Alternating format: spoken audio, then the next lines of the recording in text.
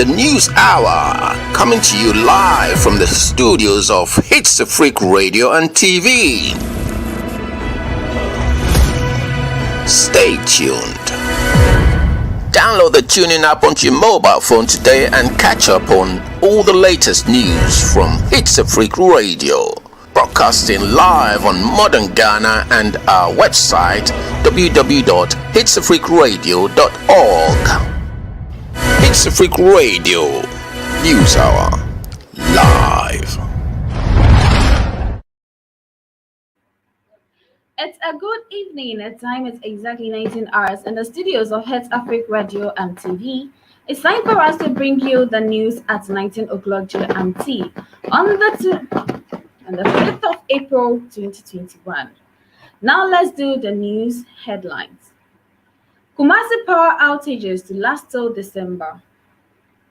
First meeting of 8th Parliament was turbulent. Police arrest group over nude balcony. Libya receives first dose of coronavirus vaccines. These and many other stories I bring your way this evening. Stay tuned as I bring you the news in details. My name is Abuna Ahine. Now let's do the news in details. Kumasi power outages to last till December. The managing director of the Electricity Company of Ghana, ECG, Mr. Kwame Agyemang-Budu, has asked residents of the Kumasi in the Ashanti region to brace up for more power outages from now to the end of the year. He said the current situation of unannounced power outages could persist till the end of the year, by which time the company would have resolved the challenges facing its power systems. According to him, the situation being experienced by a section of residents in Kumasi and its environs was due to system challenges and not generation problems. However, he said the company was unable to provide a timetable for the power outage as there was no planned program to take time off.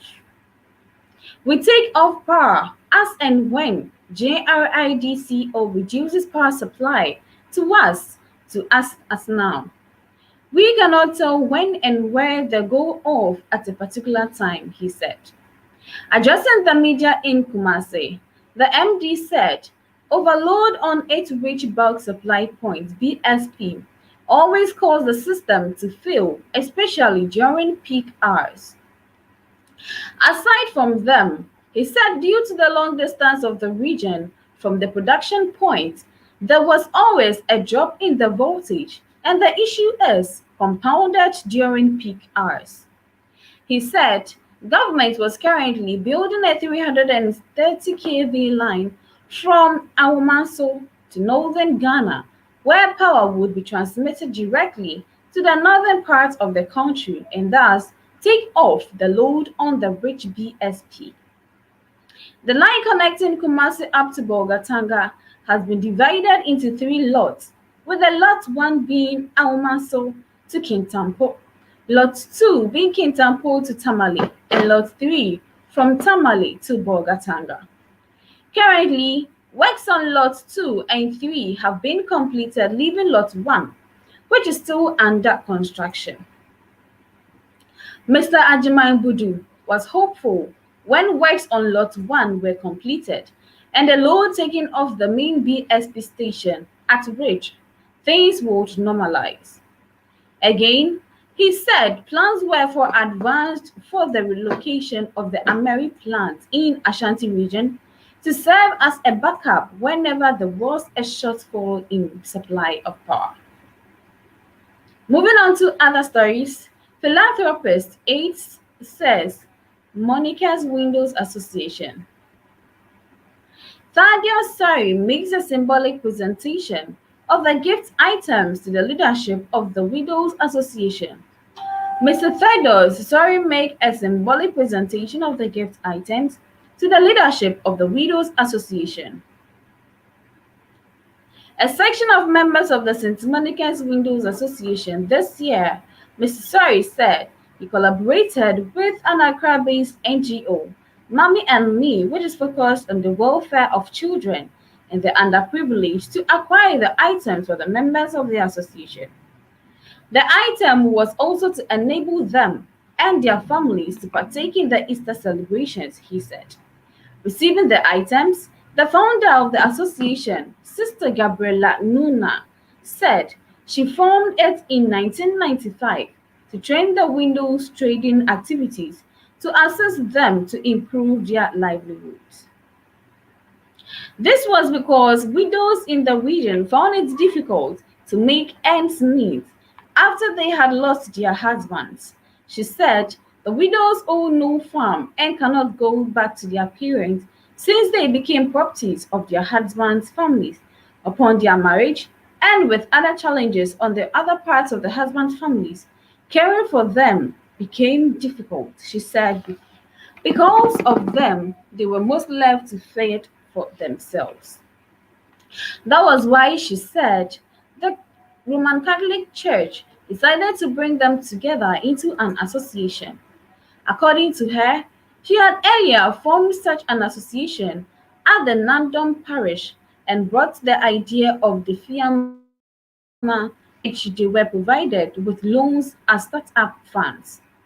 For his part, the chaplain of the Windows Association, Reverend Father James Nassau Batiber, expressed his utmost gratitude to the donors and said the members are elderly women who are past childbearing, most illiterate, very weak, and aged.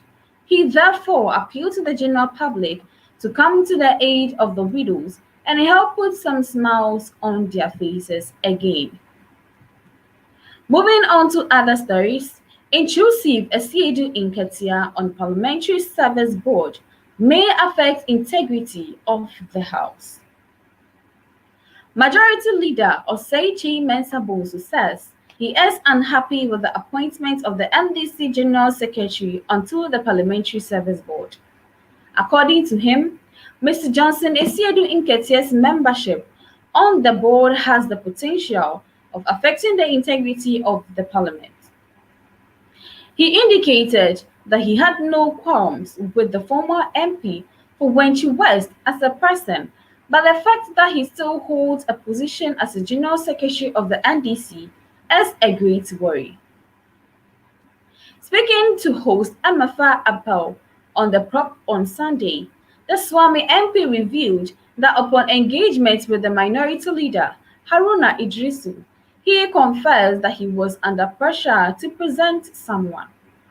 But later on, the Speaker confirmed that the NDC Chief Scribe's name had come up for nomination. I'm unhappy with Asiedu Inketia on the Parliamentary Service Board. Asiedu Inketia has been a member of Parliament. He is an intelligent person, and maybe if he wants, he has to contribute to developing Parliament, he could. My worry is his current position as the General Secretary. It has never happened before in the life of Parliament, especially when you have a very intrusive General Secretary. Even in the course of normal business of Parliament, he will come and sit there to ensure that his people vote in a certain direction. The Parliamentary Affairs Minister bemoaned. Majority Leader Oseichi Mensah-Bonsu and the host of the Prof. Emefa Apau, acting on recommendations from an advisory committee on the constitution of the Service Board, Speaker of Parliament Alban Badbin on March 29th approved a 6-member Parliamentary Service Board which includes Chairman of the Council of the Elders of the New Patriotic Party, Hakman Owusu Ajiman, and NDC's Johnson Asiedu Inketia. The 4 other members of the board are MP for Swami, Oseichi Mensah-Bonsu, Tamale South MP, Haruna Idrisu, former Majority Leader Abraham Osei Edu, the clerk to Parliament and the Speaker as its chairman. Despite the concerns raised, the Speaker insisted that Mr. Asiedu Inketia met the necessary criteria and therefore his unwavering decision to appoint the former MP for Wenchi West onto the board. Mr. Mensah-Bonsu laments how Parliament under Mr. Badbin is gradually becoming an enclave for the National Democratic Congress, NDC. You have brought in Kofi Atto, who is the vice chairman of the party, as an advisor. He has brought in two former MPs, he says. He is bringing them as an advisors, Esiedu Nketia, general secretary. One of the party, and then Gayhat Mensah, he is also coming to the speakers.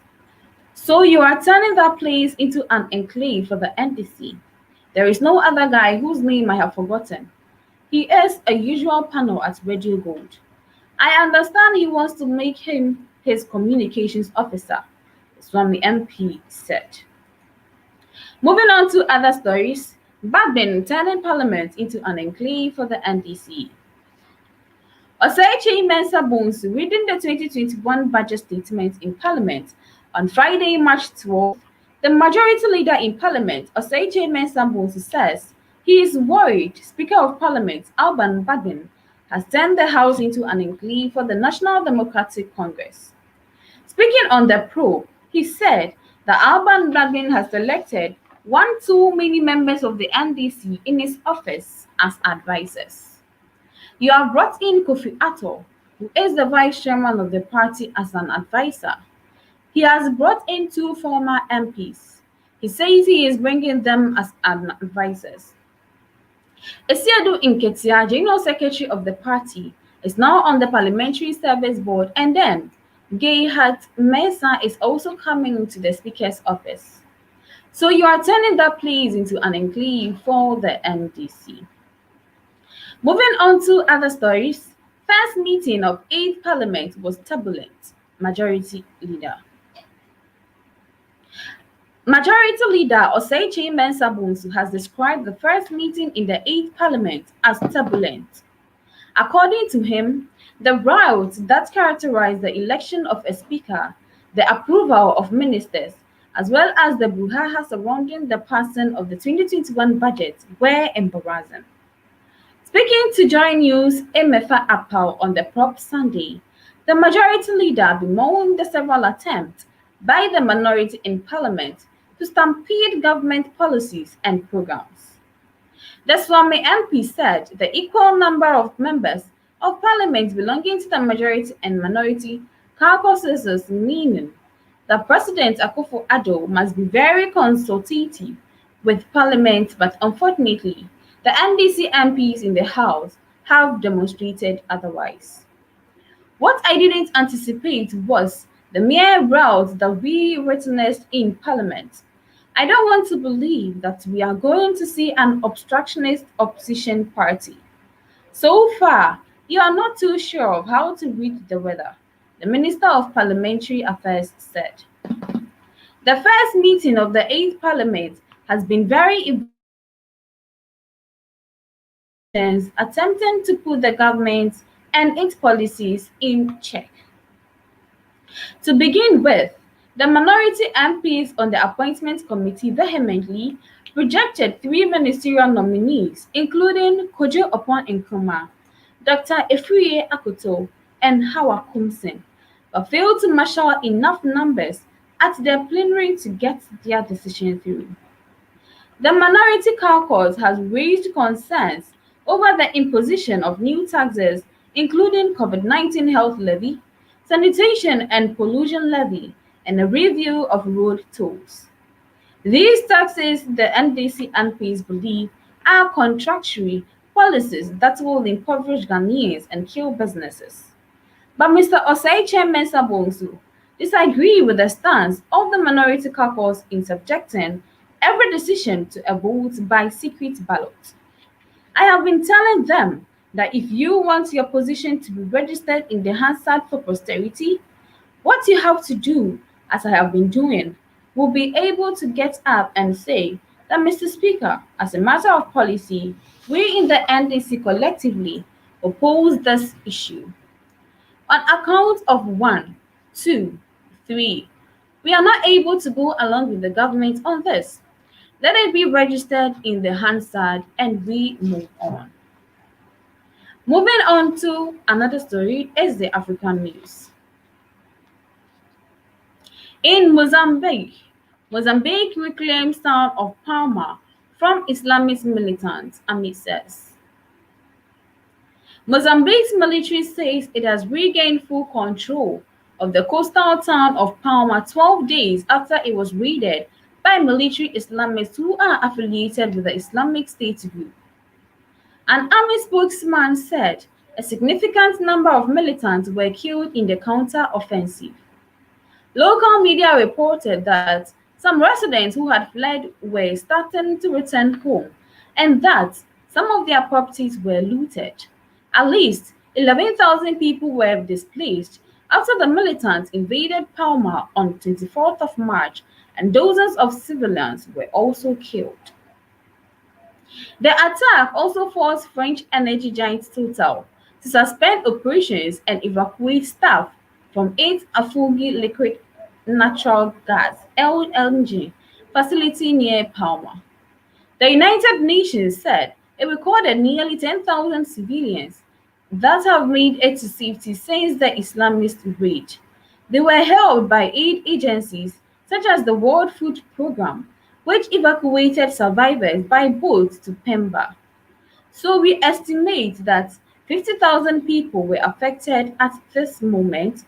So we are not only in Pemba, but we have at other locations outside of Palma as well where we procession food that the IDPs that were either crossing on foot or by road would have food that we will be able to assist them when with as well, said Shirley Chakra from the World Food Programme. An Islamist insurgency known locally as Al-Shabaab, but with no established links to the rebel group in Somalia, has ravaged the Cabo Delgado region since 2017. The strategic province of Cabo Delgado borders Tanzania and is an area in which rich is natural gas. The conflict had already killed more than 2,600 people and uprooted nearly 700,000 more from their homes. Reports have said that children are also beheaded in the attacks with captured children. In other African stories, as in Nigeria, clinical trial begin for two COVID-19 vaccines developed in Nigeria. Nigerian President Muhammadu Buhari received his first dose of the Oxford AstraZeneca COVID-19 vaccine at the presidential villa in Abuja on 6 March 2021.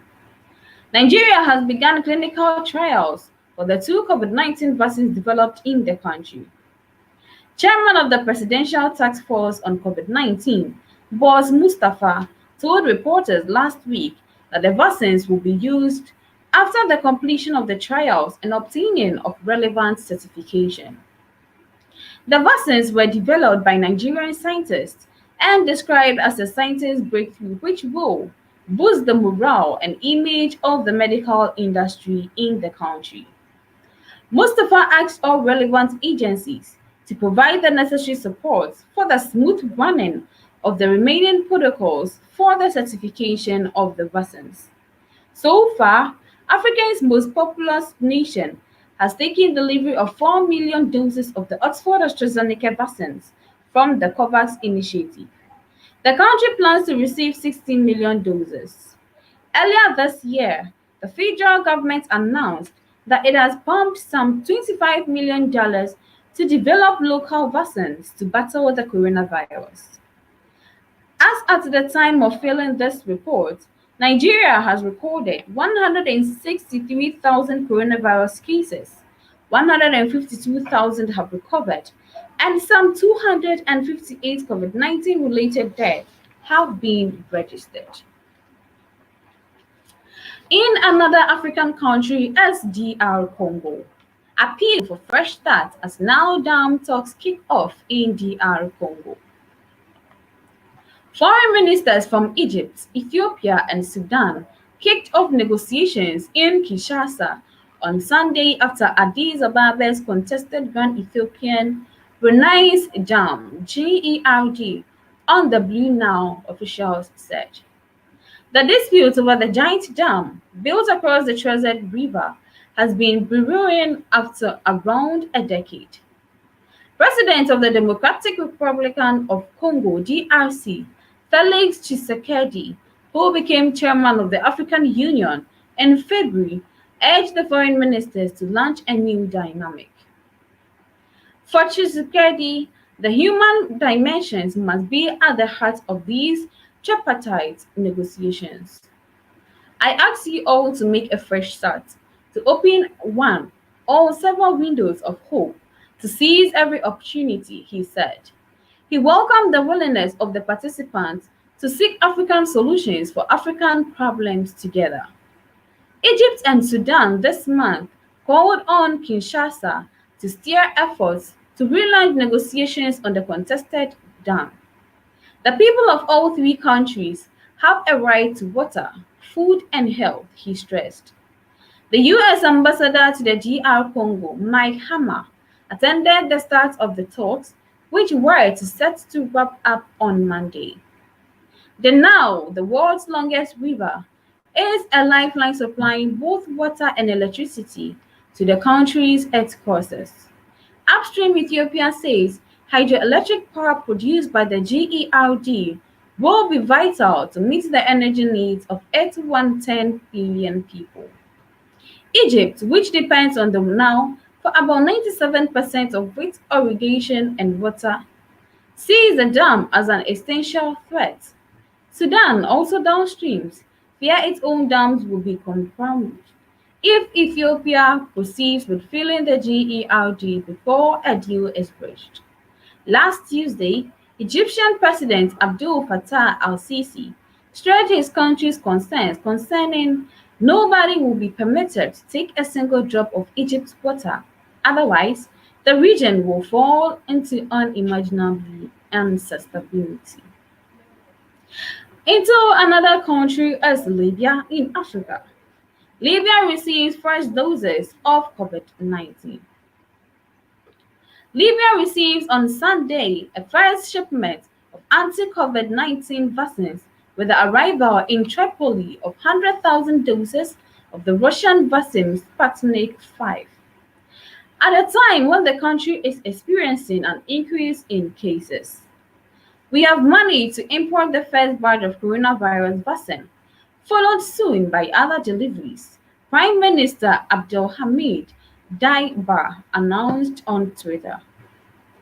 Shortly after gaining the confidence of Parliament, Daiba had said that access to the vaccine was one of his government's priorities.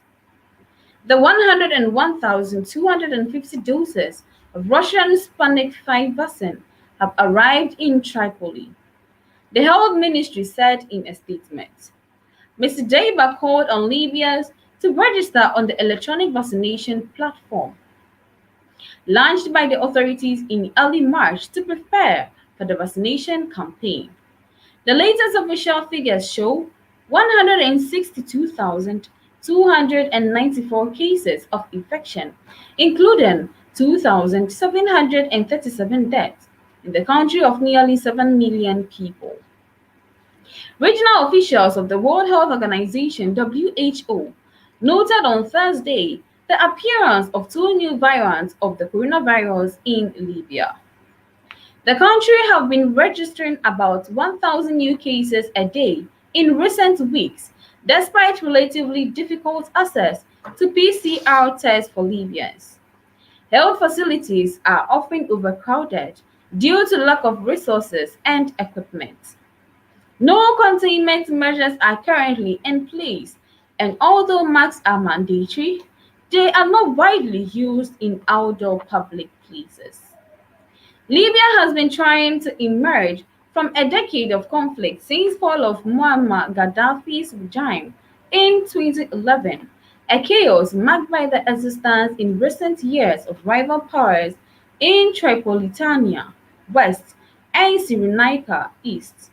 On 10th of March, a new interim government won the confidence of Parliament with the task of unifying the country's institutions and organizing national elections on 24th of December. Here lies the end of the local story. Stay tuned as we fetch you the world news. The News Hour, coming to you live from the studios of HitzAfrik Radio and TV. Stay tuned. Download. You're still logged on to HitzAfrik Radio and TV. We are streaming live on Facebook, YouTube, and Twitter as HitzAfrik Radio and TV. Now let's do some world news. In Jordan Prince Hamza vows to defy house arrest orders. The former crown of Jordan has said he will defy government orders to stop communicating with the outside world or remain indoors. Prince Hamza bin Hussein, 41, said he had been placed under house arrest on Saturday. In videos given to the BBC, he was accused of plotting with foreign entities to destabilize the kingdom. The former heir to the throne denies conspiracy, but he has accused Jordan's leaders of corruption and incompetence. Prince Hamza was first in line to succeed his half-brother, King Abdullah, as Jordan's head of state until 2004. When he was removed as crown prince, King Abdullah designated his son as heir instead. In another development, Israeli businessman Rashid Sonik, who says he is a personal friend of Prince Hamza, in another development of the Israel business Bro Shepner, who says he's a personal friend of Prince Hamza, confirmed he had offered to fly the prince's wife and family to Europe to stay at his house. He issued a statement of Jordan Deputy Prime Minister Ayman al-Sadafi said such an offer had been made by a man with links to an unnamed foreign security service. Mr. Shaposnik has reportedly denied ever being a member of Israel's intelligence agency. On Sunday, Jordan's opposition released a recording in which a defiant Prince Hamza said he would not obey orders from the authorities. I don't want to make moves and escalate now, he said in audio recording posted on Twitter. But I'm not going to obey when they say you can't go out, you can't tweet, you can't communicate with other people. You are only allowed to see your family. I think it's a bit unacceptable, he added. The public rift between Prince Hamza and King Abdullah was unprecedented. Tensions within the royal household, however, have reportedly been present for some time. Jordan is a constitutional monarchy, but the royals play a major role in public life, and King Abdullah has extensive powers. He can appoint government, approve legislation, and dissolve parliament. The country is also a key Western ally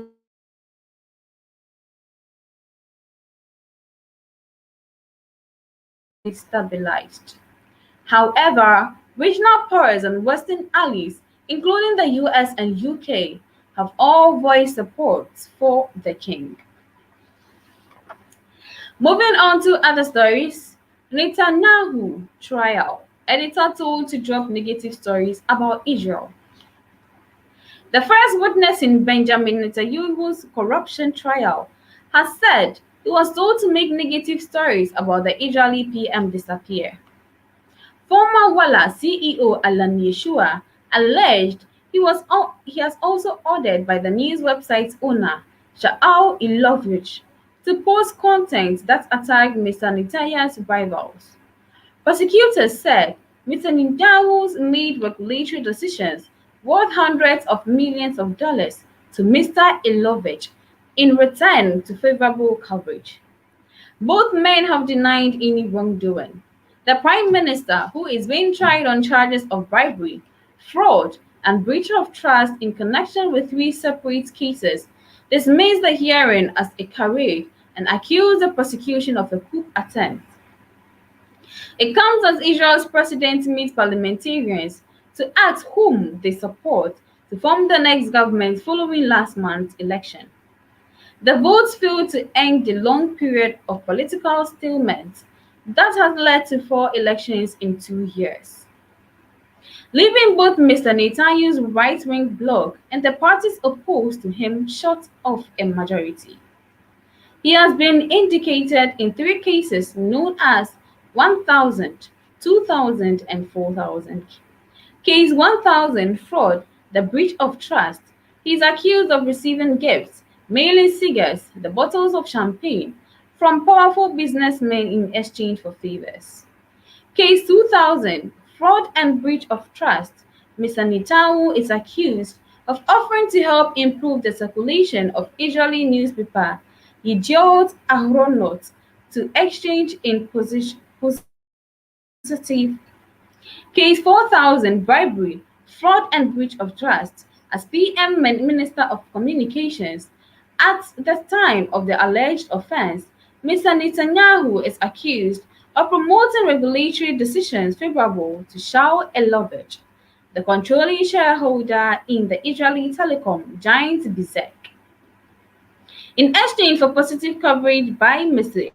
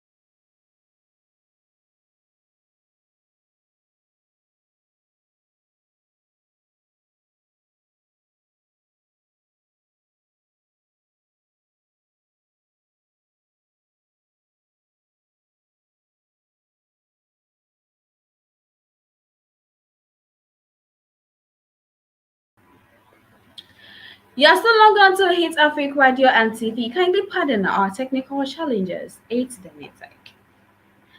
Moving on to other stories, in Paris, police probe secret luxury dinner parties. French police have launched an investigation into alleged clandestine fine dining and parties in Paris, revealed in an undercover TV report. The new restrictions took effect nationally on Saturday and will continue for 4 weeks, with the aim of curbing a surge in COVID-19 cases.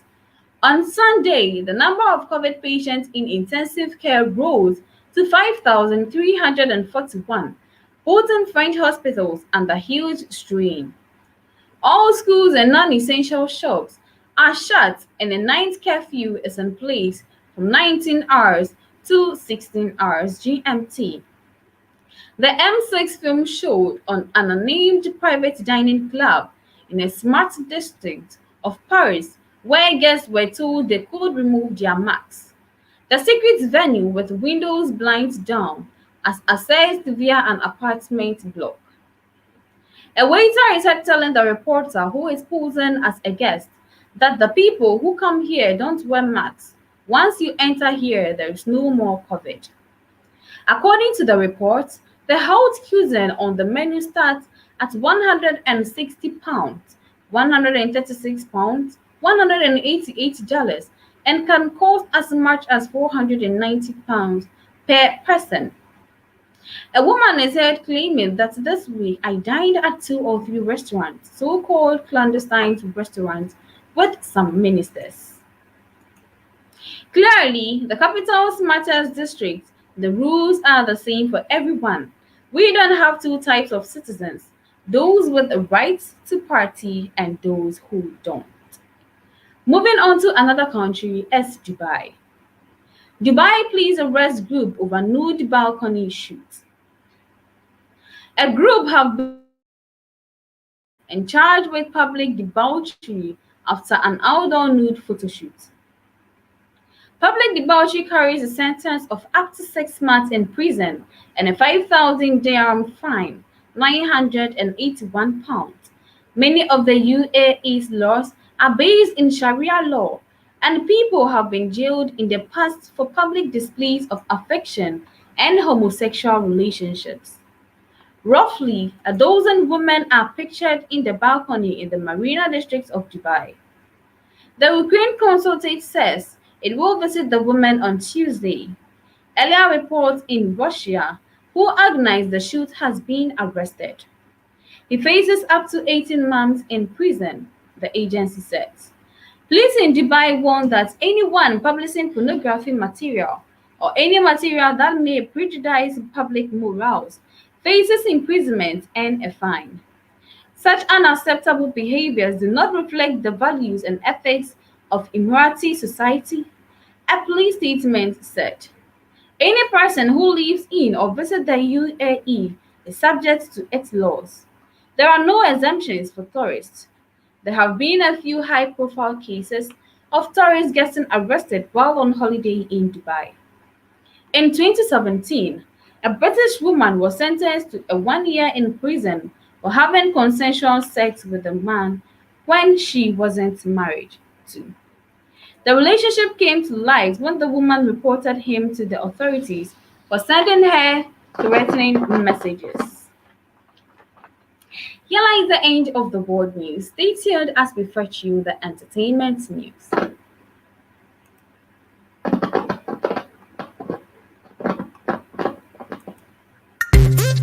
The news hour coming to you.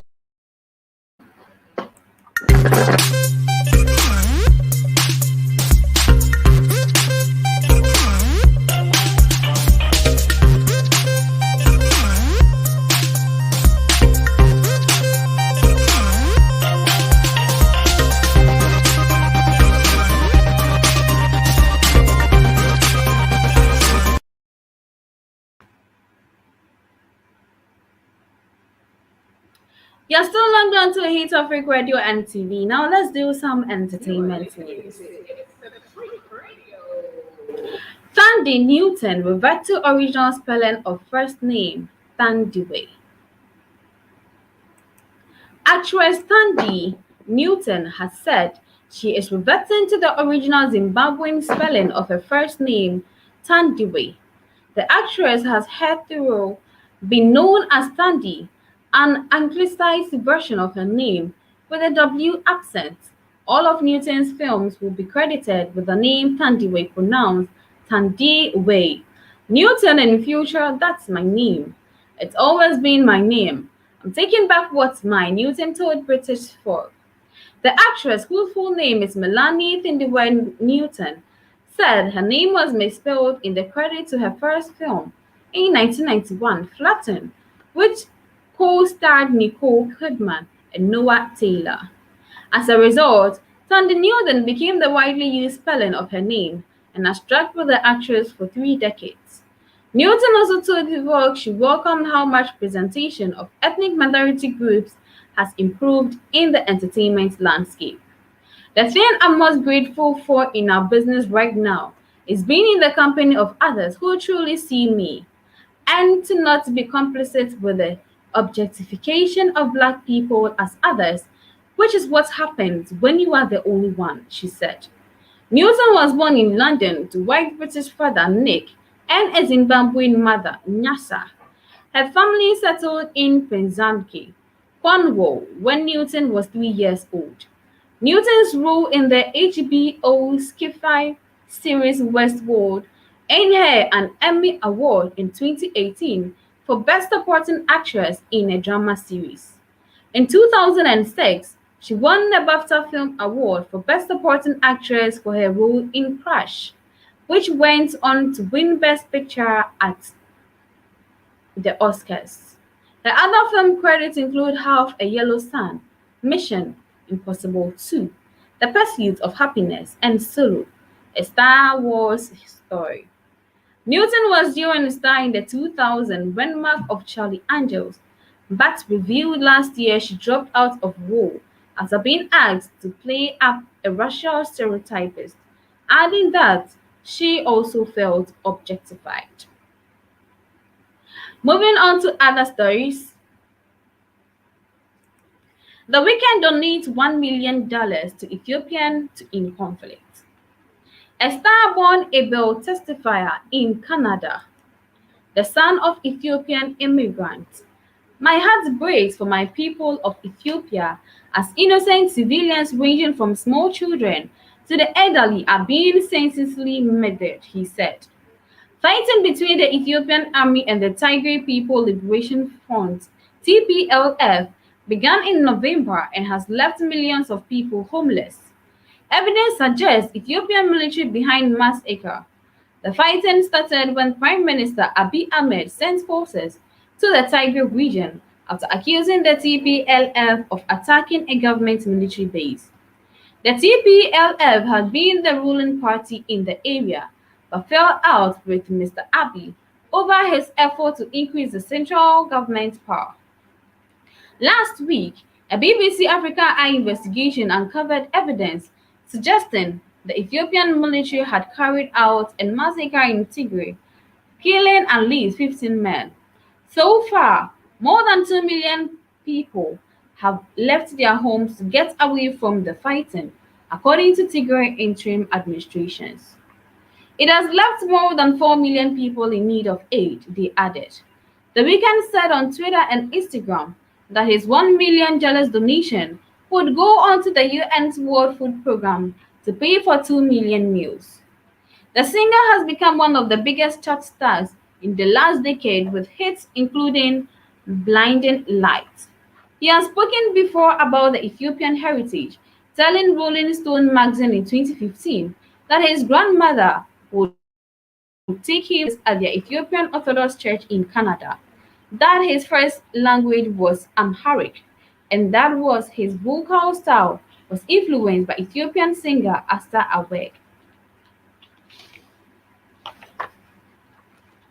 Moving on to our last story for entertainment. I didn't replace Abna Koko speaks on nude post on TV3 Bruhaha. Abna Koko speaks on nude post on TV3 Bruhaha.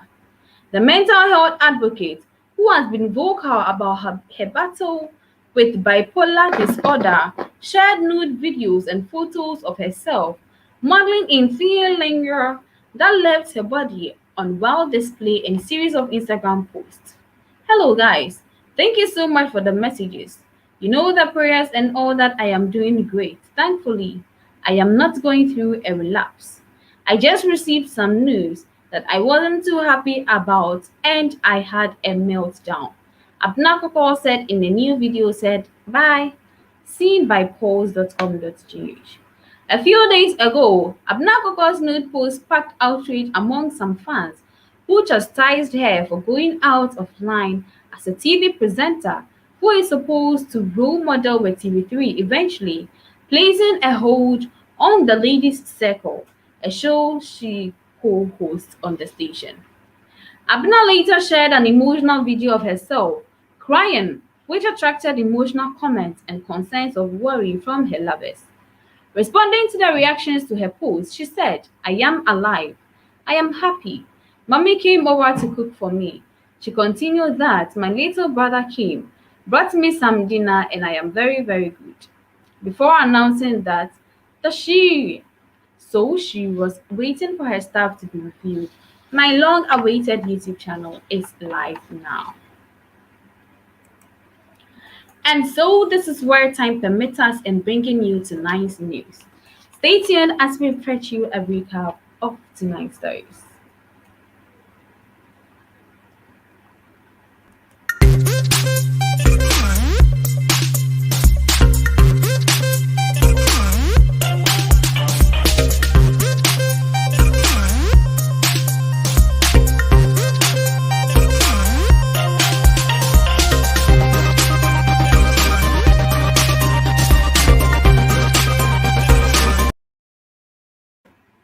Now let's do a recap of tonight's headlines. Kumasi power outages to last till December.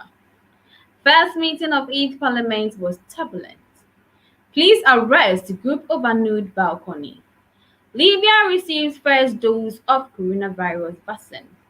These and many other stories we brought to you this evening.